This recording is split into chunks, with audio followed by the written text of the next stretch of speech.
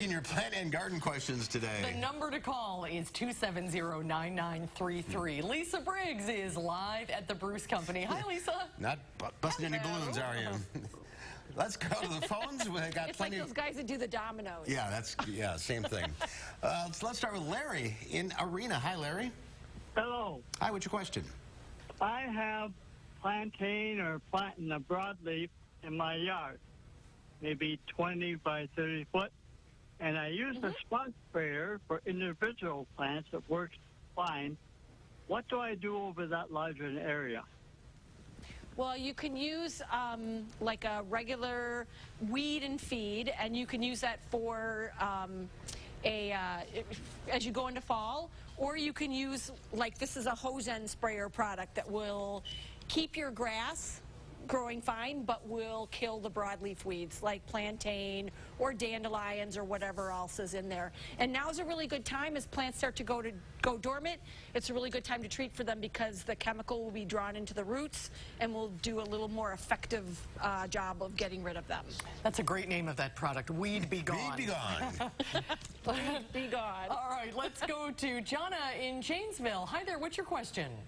Hi, I've got a big project coming up this fall, all kinds of digging up of bulbs, transferring plants and bulbs up with boxes, moving right in 2 different yards. I'm wondering what's the best time to get started with that much work ahead.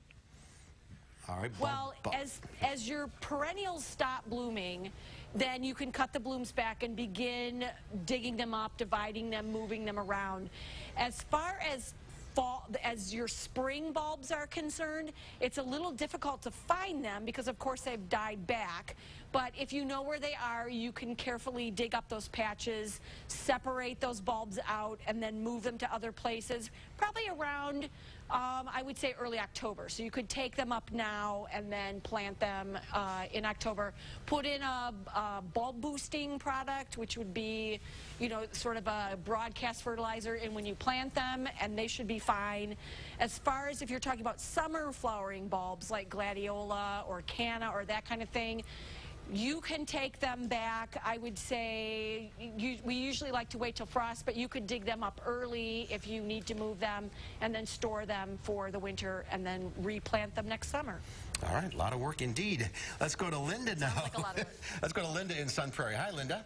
Hi there. What's your question? The question I have for Lisa is, this is the second year in a row that I have planted tomatoes, and it seems like the stems on the lower portion of the plant turn yellow and have like brown spots on them, like it's dying back. What causes that? Is it all the rain, or is there something wrong with the plant otherwise? You have a blight. And I think that there are different kinds of blight. There are 3 of them: early blight, late blight, and I forget what the other one is called. If you have the one where it's just causing the damage to the leaves on the bottom of the plant, you can cut those out and then throw them away. Don't put them in your compost. And then you can spray the plant with Revitalize. This is a biologic fungicide. And the plant will keep producing flowers and fruit. It might look a little ragged, but it won't die back. Some of the other blights are much more serious and will actually take the plants out. But you're lucky that you have one where you'll still be able to harvest fruit. Okay. Oh, that's good to hear. Has it been an okay year for blight, or has it been a tough year for tomatoes? When blight has been getting a lot more severe the last few years, good ways to combat it are to move the places where you plant your tomatoes from year to year. That's called rotation planting. You can certainly use things like Revitalize, or Serenade is another product. You can use that preventatively. Revitalize actually works as a soil drench, so you could treat your soil when you put the crop in. But when it's hot and humid, that's perfect fungus condition. And the last couple years we've had those kind of conditions, so fungus has been really rampant. Fungus among us. Fungus among us. Let's go to Sandy in Monroe. Hi, Sandy. What's your question?